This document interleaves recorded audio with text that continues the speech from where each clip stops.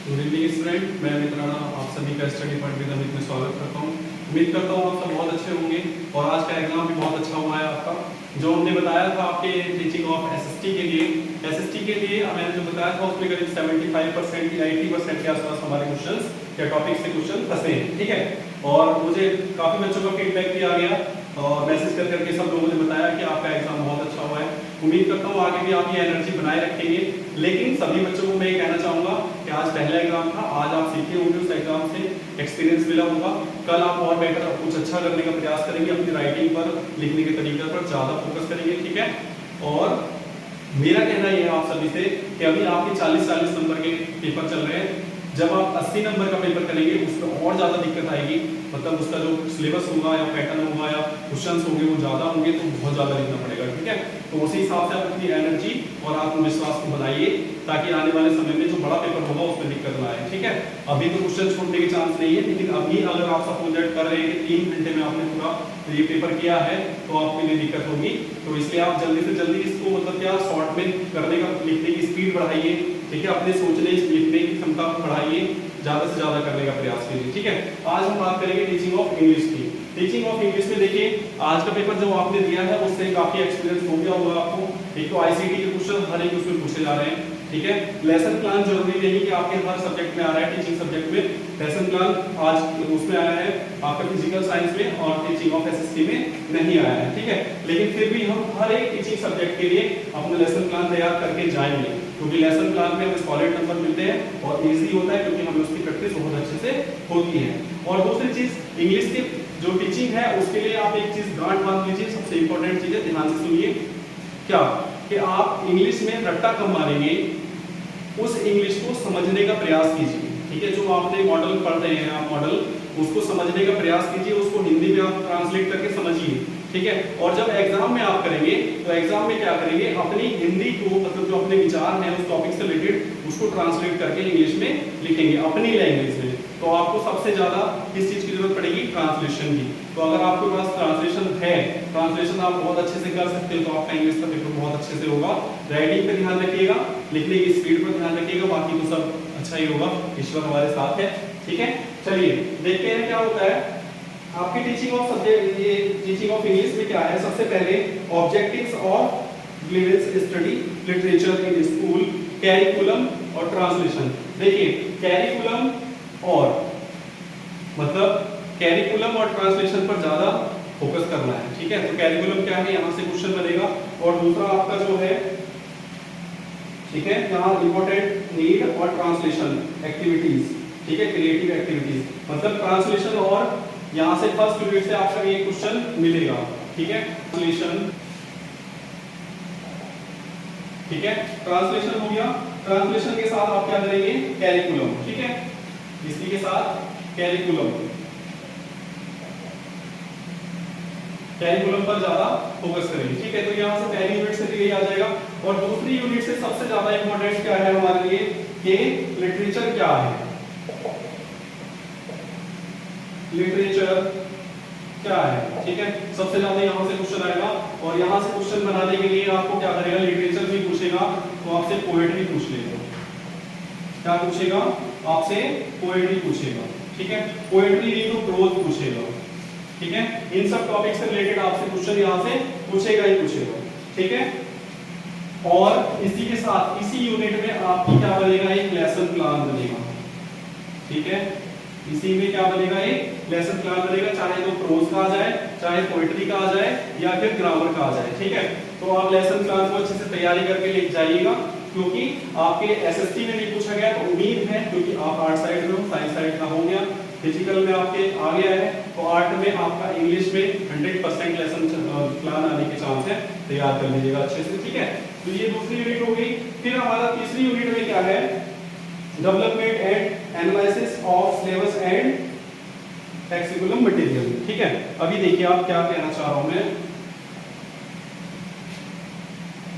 Curriculum और जो हमारा सिलेबस है, सबसे पहले आप इन दोनों में अंतर समझिए क्या है।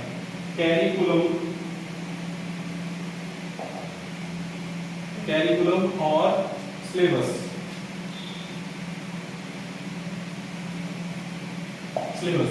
देखिए कैरिकुलम को हम हिंदी में कहते हैं पाठ्यचर्या, ठीक है, और ये है हमारा पाठ्यक्रम, ये है हमारा क्या पाठ्यक्रम। तो इसका आप ध्यान रखिएगा, पाठ्यचर्या हमेशा बड़ी होती है, ब्रॉड होती है, ठीक है, और सिलेबस हमारा कैसा होता है, छोटा होता है, ठीक है। पाठ्यचर्या आपकी कैरिकुलम जो है वो बड़ा होगा और पाठ्यक्रम आपका छोटा होता है, ठीक है। इस तरह आप ध्यान रखिएगा अच्छे से। ये हो गया, यहां से क्वेश्चन पूछेगा। उसके बाद इसके बाद क्या है हमारा,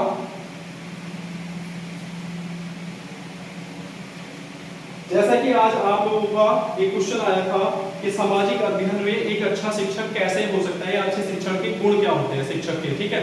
वही आपका ट्रांसलेट होकर इंग्लिश में क्वेश्चन पूछेगा कि इंग्लिश लैंग्वेज के लिए या इंग्लिश लिटरेचर के लिए या इंग्लिश के लिए, टीचिंग ऑफ इंग्लिश के लिए एक अच्छे गुड टीचर की क्या कैरेक्टरिस्टिक्स होने चाहिए, क्या गुण होने चाहिए, क्या दोष होने चाहिए, आप ध्यान से पढ़ लीजिएगा, ठीक है। इंपॉर्टेंट क्वेश्चन है, आएगा ही आएगा। फिर क्या है हमारा TLM, TLM से रिलेटेड एक क्वेश्चन 101% आएगा, टीचिंग लर्निंग मटेरियल, ठीक है। टीचिंग लर्निंग मटेरियल में आपको बहुत सारे पॉइंट मिल के आएंगे। देखिए जैसे क्या है, प्रिंट मीडिया,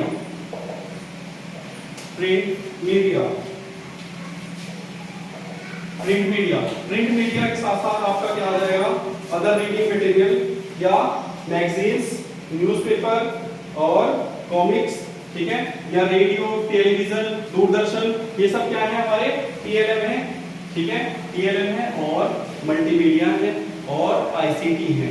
ICT को तो आप ऐसे समझ लो कि ये तो पेपर आउट है हर एक सब्जेक्ट में। ICT मैंने बार बार हर वीडियो में बता रहा हूं मैं कि ICT गवर्नमेंट की तरफ से, हमारी नई शिक्षा नीति की तरफ से एक महत्वपूर्ण, सबसे ज्यादा इंपॉर्टेंट पॉइंट है, ठीक है। ICT के बिना कोई भी सब्जेक्ट हम नहीं पूरा कर सकते। तो ICT, ये प्रिंट मीडिया क्या है, रेडियो, टेलीविजन, दूरदर्शन, ये सब क्या है, ICT में तो आते हैं। तो ICT को 100% आएगा ही आएगा एक क्वेश्चन, चाहे लॉन्ग में आ जाए या शॉर्ट में आ जाए, लॉन्ग में आने के चांस ज्यादा है, ठीक है। ये हो गया हमारा। इसके बाद क्या हुआ, देखिए आगे बढ़ने से पहले मैं एक चीज आप लोगों से रिक्वेस्ट कर रहा हूँ, आप सब मेरे बहुत प्रिय छात्र हैं, आप मुझ पर विश्वास दिखा रहे हैं, मैं आप लोगों पे विश्वास दिखाता हूँ, ठीक है। साथ चलने का प्रयास कर रहे हैं, आप लोग अपने एग्जाम के लिए मेहनत कर रहे हैं और मैं आपके लिए आपके एग्जाम के लिए आपके लिए मेहनत कर रहा हूँ। तो मेरा कहने का मीन्स ये है आज कि आप लोग जब जहाँ सेंटर बना है, जिस सेंटर पे आप एग्जाम देने जा रहे हैं, उस सेंटर पे और भी कई विद्यालयों के कई जगह के सेंटर आपके सेंटर पे आए हैं। एक एक सेंटर पे 2-2,000, 1,400, 1,500 बच्चे एग्जाम दे रहे हैं। तो उसमें से हमारे गिने चुने अगर 5 बच्चे, 10 बच्चे भी वहाँ फंसते हैं जो एग्जाम दे रहे हैं, और उनका फ्रेंड सर्किल जो हमारे नए छात्र आए हैं, जो दूसरे स्कूलों से आए हैं, उनके साथ आप कहीं ना कहीं टच में आए होंगे। तो आप प्लीज रिक्वेस्ट कर लीजिएगा मेरे खातिर, अपने परिवार के खातिर, या इस स्टेज के खातिर जो आपका स्टडी पॉइंट विद अमित आप लोगों की हेल्प के लिए मैंने बनाया है, तो आप उनसे रिक्वेस्ट कीजिएगा प्लीज, या उनको बोल दीजिएगा कि ये चैनल है स्टडी पॉइंट विद अमित, जो हमारे बीएड के लिए, यूपी टेक के लिए और सुपर टेक के लिए बहुत अच्छा प्रयास करने का एक प्लेटफॉर्म है, ठीक है। तो उनसे प्लीज सब्सक्राइब कराइएगा और उनको कहिएगा कि वीडियो देख लीजिए। उम्मीद करता हूँ उनको भी वो चीजें समझ में आएंगी, ठीक है, उनके लिए हेल्प होगी। तो उम्मीद करता हूँ मैं आप लोगों से भी कि आप मेरे लिए प्लीज इतना तो कर ही लेंगे, ठीक है। देखिए अब आगे क्या है, लास्ट मिनट आपकी पॉइंट पे आ जाते हैं। पॉइंट पे आने के बाद असेसमेंट को आप समझते हैं, असेसमेंट मतलब होता है आकलन, ठीक है। तो मूल्यांकन से रिलेटेड आपका क्वेश्चन कहाँ, उसमें भी आया है और इसमें भी आया है। जो आप सामाजिक अध्ययन का टीचिंग एसएसटी का देके आए हैं, टीचिंग ऑफ एसएसटी का, उसमें भी आपसे क्या पूछा गया था, ये पूछा गया था कि मूल्यांकन क्या है, मूल्यांकन के बारे में बताइए, रचनात्मक मूल्यांकन और क्रियात्मक मूल्यांकन या व्यापक मूल्यांकन, ठीक है। तो ये जब आप करेंगे तो यहाँ भी आपसे इवैल्यूएशन पूछेगा ही पूछेगा, असेसमेंट पूछेगा ही पूछेगा, उससे रिलेटेड भी आप करके आएंगे, अच्छे से तैयारी कर लेंगे।